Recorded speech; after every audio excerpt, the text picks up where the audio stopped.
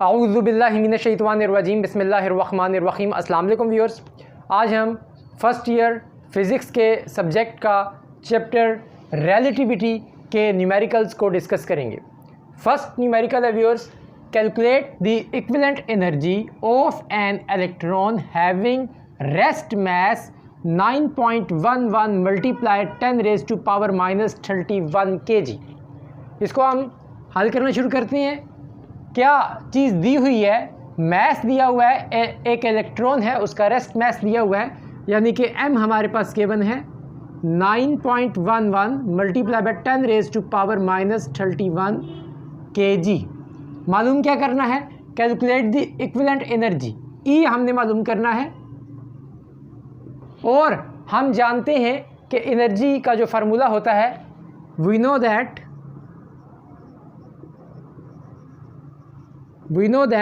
E is equal to mc²। अब c speed of light होता है, स्पीड ऑफ लाइट की वैल्यू यहाँ पे पुट की जाएगी। स्पीड ऑफ लाइट होती है viewer c is equal to 3 multiply by 10 raise to power 8 metre per second.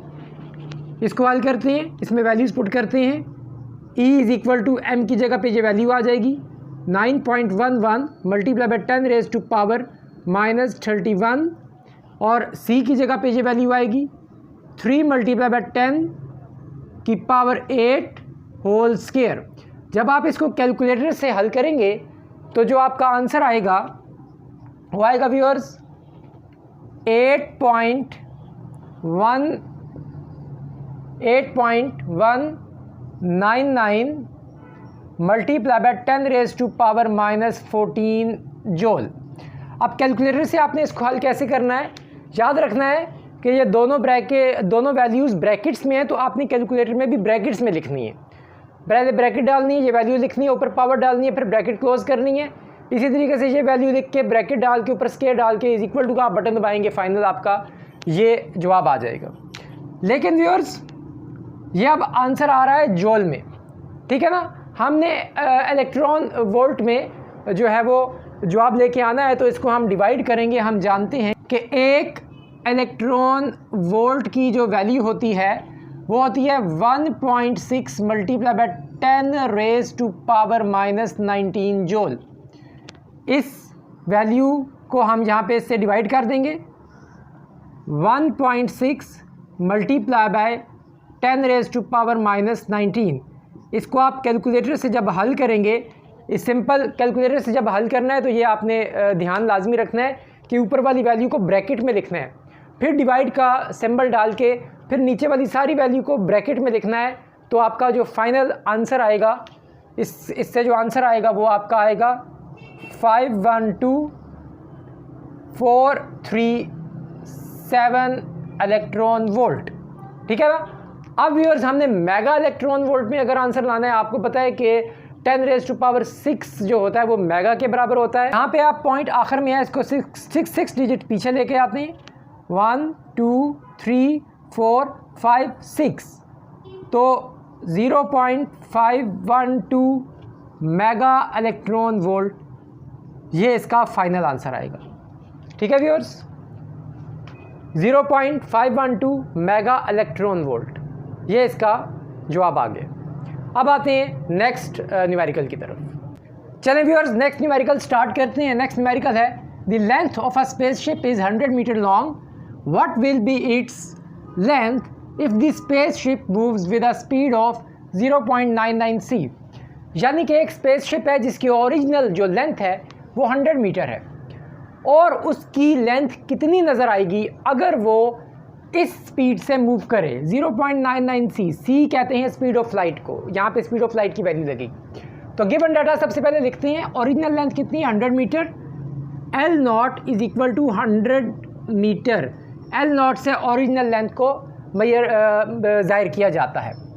उसके बाद हमारे पास स्पीड दी हुई है 0.99 c, तो स्पीड ये वेलोसिटी है, तो v is equal to 0.99 c, ठीक हो गया व्यूअर्स। उसके बाद हमने मालूम क्या करना है, इसकी बाद में जो लेंथ नज़र आएगी वो मालूम करनी है। और हमको पता है c की जो वैल्यू होती है 3 multiply by 10 raise to power 8 metre per second होती है। यहाँ पे व्यूअर्स लेंथ कॉन्ट्रैक्शन का फार्मूला लगेगा जो कि हम प्रीवियस चैप्टर में पढ़ चुके हैं कि लेंथ का क्या फार्मूला होता है। जब एक ऑब्जेक्ट बहुत तेज़ी से मूव कर रहा होता है, स्पीड ऑफ लाइट के अकॉर्डिंग मूव कर रहा होता है, तो उसकी लेंथ जो है वो कम हो जाती है। तो उसका फार्मूला हम लगाएंगे यहाँ पे L is equal to L naught under root 1 minus v square divided by c square. इसमें वैल्यूज पुट करते हैं, L नॉट की जगह 100 आ जाएगा, अंडर रूट 1 माइनस वी क्या है, v 0.99c है, तो 0.99c whole square divided by c square. Viewers यहाँ पे मैं c की वैल्यू पुट कर सकता हूँ, लेकिन अब नेक्स्ट स्टेप में ये सी स्केयर और सी स्केयर कट जाएगा तो वैल्यू पुट करने की ज़रूरत नहीं है। इसको आगे हम सॉल्व करते हैं। ये हो जाएगा 100 under root 1 minus 0.99 whole square और c का भी स्केयर, ये स्केयर दोनों के ऊपर आएगा और ये c स्केयर और c स्केयर आपस में कट जाएंगे और 0.99 का जो स्केयर होगा वो होगा 1 माइनस 0.9801। जब इसको माइनस करेंगे 1 में से तो जवाब आएगा 0.0199। फिर इसका अंडर रूट जो होगा वो होगा जी 0.1401। ये सारी कैलकुलेशन आपने कैलकुलेटर से करनी है, मैंने ये कैलकुलेटर से की हुई है और मैं इसको कर रहा हूँ। इन दोनों को जब आप मल्टीप्लाई करेंगे कैलकुलेटर से तो इसका फाइनल जो जवाब आएगा 14.01 मीटर। ये इसकी लेंथ जो बाद में हमको दिखाई देगी स्पेसशिप की लेंथ वो कितनी हो जाएगी 14.01 मीटर। यानी कि आप देखें कितना फ़र्क पड़ गया। ओरिजिनल लेंथ कितनी थी 100 मीटर। अब एक ऑब्जेक्ट तकरीबन स्पीड ऑफ लाइट से भी थोड़ा सा ज़्यादा मूव कर रहा है या स्पीड ऑफ लाइट के बराबर मूव कर रहा है तो उसकी लेंथ नज़र आ रही है 14.01 मीटर। ये व्यूअर्स हमारा न्यूमेरिकल था। अब आते हैं अपने नेक्स्ट न्यूमेरिकल की तरफ। चलें व्यूअर्स नेक्स्ट न्यूमेरिकल हल करना शुरू करते हैं। नेक्स्ट न्यूमेरिकल है पार्टिकल्स कॉल्ड पाई मिसॉन। इसको व्यूअर्स कहते हैं पायोन्स, ठीक है, ये पार्टिकल का एक नाम है। Are produced by accelerator beams if these particles travel at 2.70 multiply by 10 raise to power 8 metre per second. ये पार्टिकल जो है ये किस वेलोसिटी से किस स्पीड से मूव कर रहा है, वो ये स्पीड दी हुई है 2.70 multiply by 10 raise to power 8। ये तकरीबन स्पीड ऑफ लाइट के करीब है, ठीक है viewers. And live 2.60 multiply by 10 raise to power -8 second. ये व्हेन एट रेस्ट, और ये इतना टाइम जो है वो रेस्ट में रहता है relative to an observer. How long do they live as viewed in the laboratory. तो हमने ये बताना है कि वो कितनी देर वो पार्टिकल ज़िंदा रहेगा। ओरिजिनल टाइम उन्होंने दे दिया है, ये जो रेस्ट में जो टाइम दिया होता है ये इसका ओरिजिनल टाइम होता है। यानी कि उन्होंने एक तो हमें टी नॉट दे दिया है, या एक तरतीब से अगर हम देखें सबसे पहले उन्होंने वेलोसिटी दी हुई है उसकी v is equal to 2.70 multiply by 10 raise to power 8 metre per second. उसके बाद ये जो टाइम होता है रेस्ट में इसको टी नॉट से रिप्रेजेंट किया जाता है, ये ओरिजिनल टाइम है 2.60 multiply by 10 raise to power -8 second, ठीक है व्यूअर्स। और हमको पता है कि c की जो वैल्यू है स्पीड ऑफ लाइट की वो होती है 3 multiply by 10 raise to power 8 metre per second. देखें व्यूअर्स इसकी जो स्पीड है ये तकरीबन स्पीड ऑफ लाइट के बराबर है 2.7, ठीक है। और हमने मालूम क्या करना है यानी कि टाइम मालूम करना है, इसका ओरिजिनल टाइम दिया हुआ है, जो बाद वाला टाइम वो मालूम करना है। अब यहाँ पे व्यूअर्स इस चैप्टर में एक टॉपिक था टाइम डायलेशन का, ठीक है। वहाँ वो टॉपिक था, उसमें एक फार्मूला यूज़ हो रहा था, वो फार्मूला हम लगाएंगे टाइम डायलेशन का फार्मूला। टाइम डायलेशन का यहाँ पे फार्मूला लगेगा। फार्मूला क्या होता है viewers, t is equal to t naught divided by under root 1 minus v square divided by c square, ठीक है व्यूअर्स। अब इसमें हम वैल्यूज़ पुट करते हैं। टी इज़ इक्वल टू, ऊपर टी नॉट की वैल्यू आ जाएगी 2.60 मल्टीप्लाई बाय 10 की power -8 divided by under root 1 minus v square. ये v की वैल्यू है, ये वाली 2.70 मल्टीप्लाई बाय 10 की पावर 8 का स्केयर, क्योंकि यहाँ पे v का स्केयर है तो वहाँ भी स्केयर होगा। उसके बाद नीचे डिवाइड हो रहा है 3 मल्टीप्लाई बाय 10 की पावर 8 का square.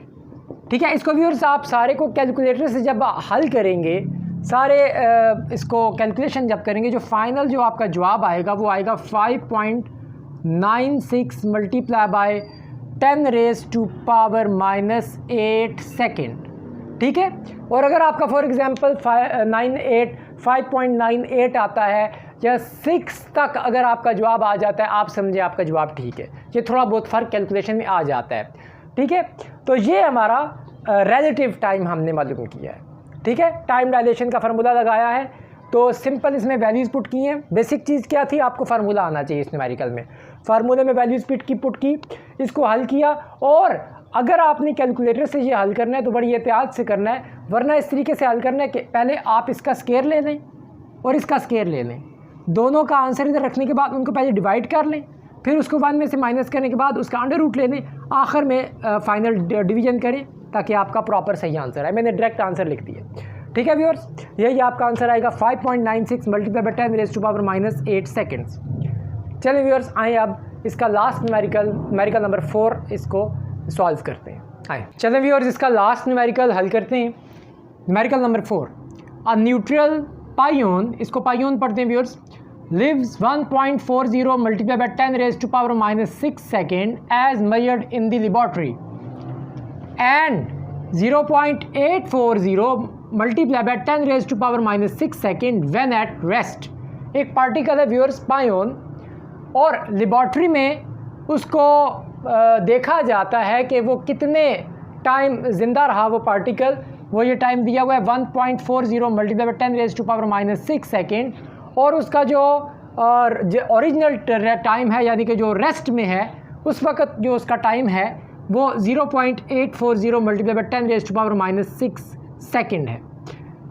To an observer what is its velocity relative to the laboratory. अब हमने उसकी वेलोसिटी यानी कि उसकी स्पीड मेजर करनी है। ठीक है, तो सबसे पहले गिवन चीज़ें हम लिखते हैं।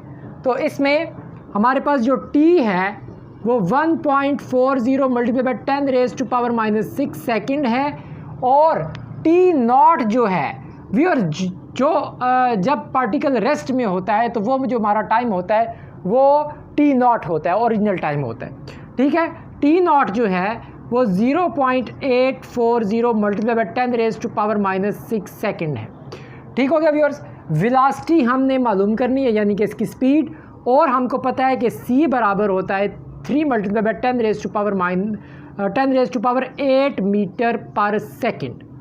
ठीक है, अब यहाँ से टाइम के अंदर जो फ़र्क आ रहा है उसको टाइम डायलेशन कहते हैं। इसके टॉपिक में है रिलेटिविटी के प्रीवियस जो टॉपिक से हम पढ़ चुके हैं। लेंथ कॉन्ट्रैक्शन का अलग फार्मूला है, टाइम डायलेशन का एक अलग फार्मूला है, वो लगेगा यहाँ पे। टाइम डायलेशन का भी और फार्मूला लगेगा, टाइम डायलेशन फार्मूला क्या होता है टाइम डायलेशन का? फार्मूला भी और इधर होता है t is equal to t naught divided by 1 minus v square divided by c square. ये फार्मूला व्यूअर्स। अब हमने क्या मालूम करना है v, तो पहले वैल्यूज़ पुट करने से पहले ही हम यहाँ से v को अलग कर लेते हैं। ठीक है व्यूअर्स, यहाँ इस सारी वैल्यू को मैं इधर ले आता हूँ, t को इधर ले आता हूँ, यानी कि ये कुछ ऐसा हो जाएगा under root 1 minus v square divided by c square t naught divided by t. ठीक है ना। अब दोनों साइड्स पे मैं क्या करता हूँ, स्केयर ले लेता हूँ। ठीक है, जब दोनों साइड्स पे मैं स्केयर लूँगा तो ये कटिंग हो जाएगी, यहाँ पे रह जाएगा 1 minus v square c square is equal to, यहाँ पे भी स्केयर होगा तो टी नॉट का स्केयर डिवाइडेड बाय टी का स्केयर। अब ये वैल्यू इधर आ जाएगी, ये उधर चली जाएगी। 1 minus T naught square divided by T square is equal to v square over c naught. तो अब यहाँ पे जो सी है इधर आके मल्टीप्लाई हो जाएगा, ठीक है। C square bracket 1 minus T naught square divided by T square, यहाँ पे है जी वी स्केयर। अब हम क्या करेंगे, स्केयर ख़त्म करने के लिए taking under root on both sides करेंगे। दोनों साइड्स पे हम अंडर रूट ले लेते हैं। तो आपको पता है कि ये v और स्केयर रूट कट जाएगा, तो फाइनल जो v का फार्मूला बनेगा, c का स्केयर और अंडर रूट कट जाएगा, c बाहर आ जाएगा। तो इस किस्म का कुछ फार्मूला बनेगा 1 minus T naught square divided by T square, यह v का फार्मूला बनेगा। अब इसमें व्यूअर्स हमने वैल्यू पुट करते हैं, ठीक है। यानी कि v is equal to c की जगह आप वैल्यू पुट भी कर सकते हैं, क्योंकि आंसर में c मौजूद है, इस वजह से मैं वैल्यू पुट नहीं करता, क्योंकि बाज़ औक़ात हमें आंसर्स नहीं पता होते कि आंसर क्या है। तो अगर आपने c की वैल्यू पुट कर दी कोई हर्ज नहीं, आप c की वैल्यू पुट कर दें, ये वाली 3 × 10⁻⁸। तो लेकिन मैं अभी पुट नहीं करूँगा, क्योंकि मैं आंसर अब देख चुका हूँ बुक में कि वहाँ पे c में उन्होंने आंसर दिया हुआ है। तो लिहाजा c को मैं ऐसे ही रखता हूँ और इन सारी वैल्यूज़ की जगह 1 माइनस टी नॉट क्या है 0.840 मल्टीप्लाई बाय 10 की पावर -6 का स्केयर डिवाइडेड बाय, नीचे t की वैल्यू आएगी 1.40 मल्टीप्लाई बाय 10 की पावर -6 का स्केयर। व्यूअर्स, इसको आप जब कैलकुलेटर से हल करेंगे तो फाइनल में डायरेक्ट आंसर लिख रहा हूँ, जो फाइनल आपका आंसर आएगा वो आएगा 0.8c, ठीक है। c की वैल्यू हमने नहीं डाली, c ऐसे ही आ जाएगा। यानी कि ये इसकी स्पीड आ गई है, ये इसकी वेलोसिटी आ गई है, ठीक है व्यूअर्स। हमने आज रिलेटिविटी के चारों न्यूमेरिकल्स हल कर लिए हैं। 4 ही न्यूमेरिकल्स थे बुक के अंदर, वो चारों हल कर लिए हैं। और ये जो 4 न्यूमेरिकल्स हैं, ये जो स्टूडेंट सेकेंड ईयर पढ़ रहे हैं डॉन ऑफ मॉडर्न फिज़िक्स का चैप्टर, उनको भी ये 4 न्यूमेरिकल्स तैयार करने चाहिए, क्योंकि उनका जो चैप्टर है शुरू में उनके ये टॉपिक्स मौजूद हैं, रिलेटिविटी वाले, फ्रेम ऑफ रेफरेंस वाले, टाइम डायलेशन वाले, लेंथ ऑफ कॉन्ट्रैक्शन वाले। तो ये सेकेंड ईयर में भी इस तरह के क्वेश्चंस आ सकते हैं, ठीक है। तो कुछ इजाफी चीज़ें दी हुई हैं सेकेंड ईयर में, फिर तो वो भी उनको तैयार करनी है। लेकिन ये जो न्यूमेरिकल्स हैं रिलेटिविटी के 4, ये फर्स्ट ईयर के स्टूडेंट्स को तो लाजमी तैयार करने, क्योंकि उनके सिलेबस में है। सेकेंड ईयर वाले स्टूडेंट्स भी इनको रिवाइज़ कर लें, क्योंकि इससे रिलेटेड उनके एग्ज़ाम में भी आ सकते हैं, ठीक है व्यूअर्स। नेक्स्ट टाइम हम किसी और चैप्टर के न्यूमेरिकल्स आपके सामने डिस्कस करेंगे या किसी और वीडियो के साथ आएंगे। Thanks for watching of this video. खुदा हाफिज़।